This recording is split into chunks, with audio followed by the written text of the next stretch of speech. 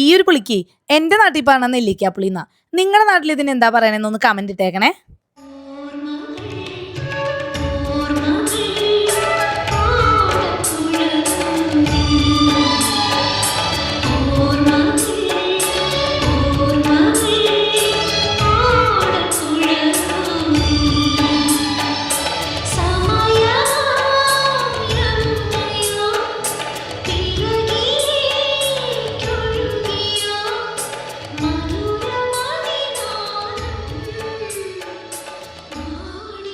ശരിയാട്ടോ, ഒരുപാട് ഓർമ്മകൾ തന്നെതാ എനിക്ക് ഈ നെല്ലിക്കാപ്പുളി.